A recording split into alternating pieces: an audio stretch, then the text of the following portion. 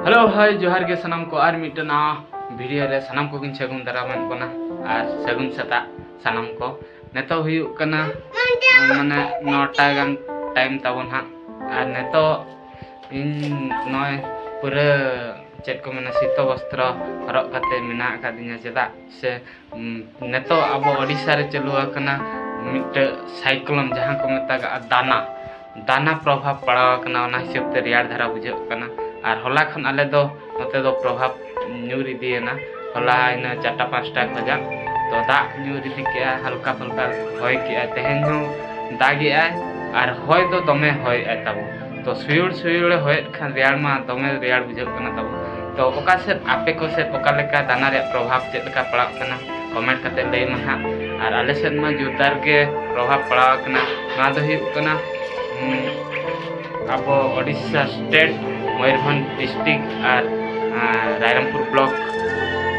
अंतर्गत sorry रायरमपुर block तो बांगा अब विजयतड़ा ब्लॉक ना तो वर्तमान हाँ झिपिर झिपिर मिट बड़ा दागी बंदी यूरी बंदी उनका चलू दाना रे प्रभाव किंतु प्रभाव न्यूर दाना रे प्रभाव ताबन हाँ तो चलावन तेहन और गापा हाँ तेहन खत और गापा बिस्ती धारा मेना प्रभाव मेनतेन को लई हचोएगा जड़ विशेषज्ञ को उनकुआ रूल रेगुलेशन माना बता करते ताहे हुआ बना तो माने चेद मेना जिस्ती दा छो बाहर से बाबो ओडोकवा होय छो जिस्ती बाहर से बाबो ओडोकवा तो इलेक्ट्रॉनिक्स जिनिस जते बेले जुदि ना संस्पर्श दा संस्पर्श रहे ना कि माने होय कते इलेक्ट्रिक पोल को गुर्दो के ओना संस्पर्श कते बापो हुजुआ ताकि माने जीवन आलो हानि सेटर मा अब प्रति ओना को ध्यान इदी कते अब ताहेना तो दाना मान उनका प्रभाव न्यूरी है तो दलाबन ना नेलाबो तेहेन गोटा सिंह रे चेत चिकाय दाना रे अवस्था तो जुतुम हुयु कना ना दा ये साइक्लोन के जुतुम हुयु कना दाना तो तिना जो प्रभाव न्यूरी है ना अब मयूरभंज डिस्ट्रिक्ट इस तरह के प्रभाव न्यूर को लई हचोएगा तापायर तब सेतापायर तब 10टा गान रोहड़ दरकार नतरे नतरे आइटम तब अंगाड़ू नतरे नतरे भाजा तब जम कते गिति हुआ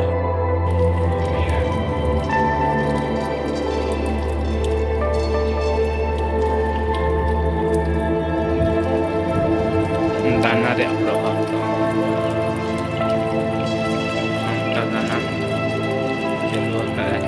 छिपे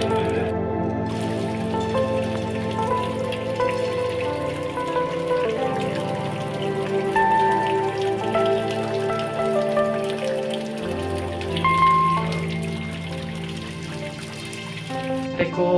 दाना रे अवस्था मा बाहर रे स्थगित दोहो तो दिनंग माने न्यूज को आंजमो कना जे दिनंग मोटामुटी भाव रे 3टा खसेना माने तला आधा निंदा खन जोर प्रबल मात्रा रे हुयो मेंतन लई हचोय आको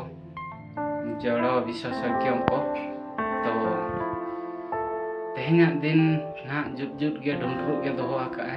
दिसम को नते मा विजयतड़ा ब्लॉक से ना तब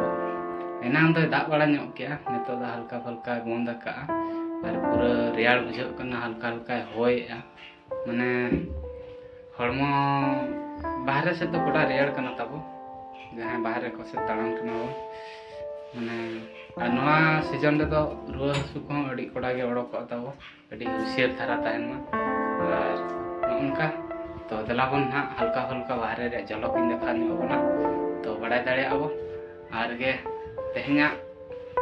दिनांग हरी ना एक हरी चेलका ताहन कना ना को जतो उदुक सेटल बना ना और तापरे ना एनांग जहाना लई ला ताहन उनका के चलुक कान ताहन ना दिन लई ठीक का कोन ना तो नेतो उनका मा होय किंतु दाग दो बचु नि तब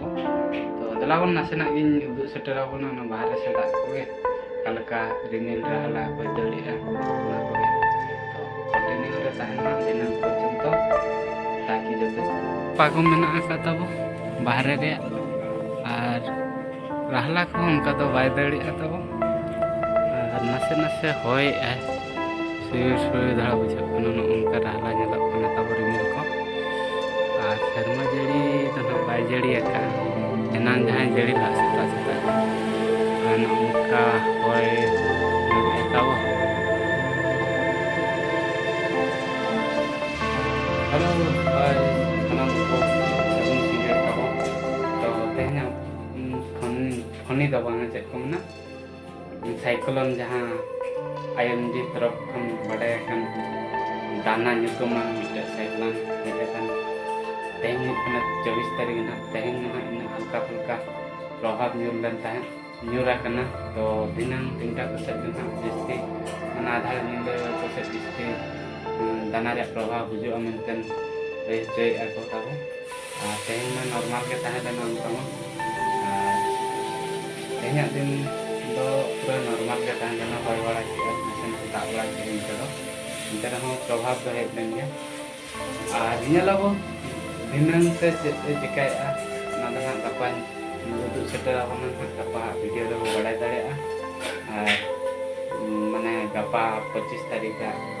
जे लेखा प्रभाव पड़ाव ना ना लई सदर ना हर बान सदर तो तेहना ब्लॉग वीडियो तो नोडे को मुचेदा और सी बड़ा लगी खन गपा ना अलिना वीडियो रे जड़ा ताहे को बड़ा दाड़े जिनिस लई सदर दायो तो दलाबन